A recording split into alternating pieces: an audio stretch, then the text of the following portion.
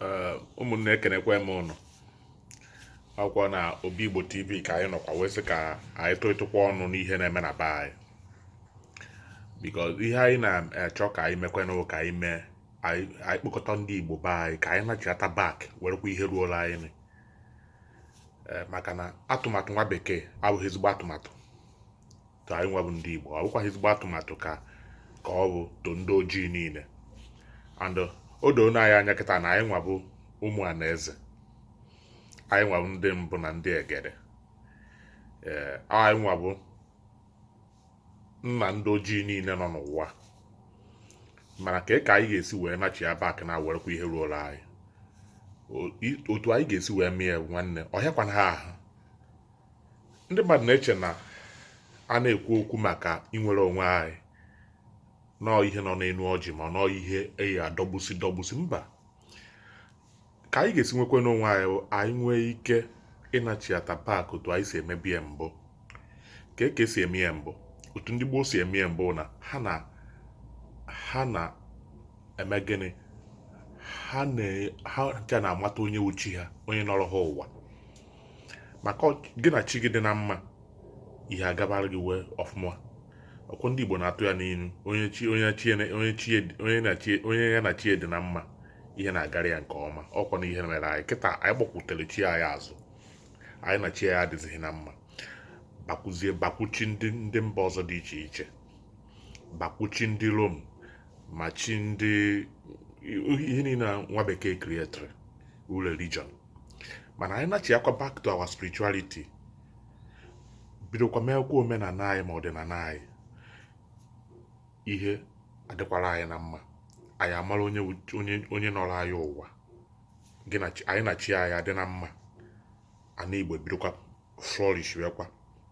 Ọ ya mere eji sị na ndị Igbo bụ the ancient ones, the main people, ebe amamihe niile nọ wee bido. Ihe a ha na-agwa gị today sị na civilization started in Egypt. Nwa bekee achọghị ikwu eziokwu, because ha kwuo eziokwu anyị amara anyị nwere onwe anyị. Anyị nwa bụ those ancient people, anyị nwa bụ those ebe ahụ that civilization started. Anyị nwa ifuge, mana anyị bịara tụfusi ihe niile a kamgbe nna nna anyị ha dapụrụ ebe 4,000 years ago.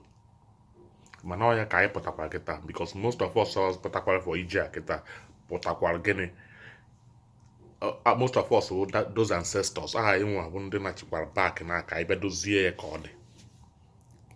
Ma gịnwa na-egekwenye ntị kịta na ị ga-enyekwa aka, maka aka ị ga-enye bụ ibidokwa gbasara ozi a, bidokwa gị na onwe gị sorokwa tinye aka n'ihe niile anyị na-eme ka ọ dị mma, ka ọ dịrị Igbo mma, maka ọ dịrị Igbo mma ọ dịgoro anyị mma.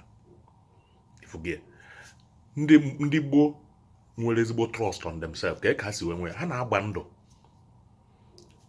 ịnọdụgodo ebe ọbụla ị nọ na-eme ihe wuti nwanne gị, ị naghị atụ egwu, onwe ihe ị na-enye nwanne gị ị naghị atụ egwu. Mana taa ụka kọsasịa na everything with the system ha setiri, nwa bekee setiri this monetary system, onye ọbụla na-achụzi ego akwụkwọ pepa. Mana anyị na-achị back to onwe anyị kịta, nweta onwe anyị, dozie ebe anyị, ihe bido flourish way for us, nwa bekee bido dawa. Maka ịbịa na akwụkwọ Bible ahụ ha dere, ha sị gị that na if the fall of Israel butere the foolishness, the goodness of the world, fall ndị Igbo butere ndị ọcha, nwa bekee ma ndị Asia, ihe niile flourish we wụrụ world power. Ma still obodo niile anyị jere anyị develop ya, how much more anyị nachiata bak kịta. Ihe anyị dere na Bible say Israel, how much more when Israel will return back. Maka ebe ọ bụ na ịgụtara Israel na Bible ndị Igbo ka ndị Igbo ka eji wee bido ebe ahụ, ndị Igbo those choosing race. So wee bụrụ ihe anyị ji akpọku ndị be anyị kịta bụ ka onye ọbụla tete n'ụra bịa were ihe ruola anyị, maka na o rugokwa oge Igbo kpọpụtara anyị kwesị ka anyị bịa werekwa ọnọdụ anyị, ka anyị bịa werekwa Anaeze anyị. So ebe ọbụla ị nọ gbasara ozi a, tụsara ya na Obi Igbo TV anyị nọkwa nkịta. Ihe anyị na-eme na Obi Igbo TV bụ ikpokọta Igbo ọnụ, dozie ya n'Igbo. Nweghị ndị ọtata na anyị ji pụta. O nwere onye na-ajụ mbọsị asị m, hey nwanne, ị naghị agba mbọ ihe gbasara maka family gị ma ihe niile.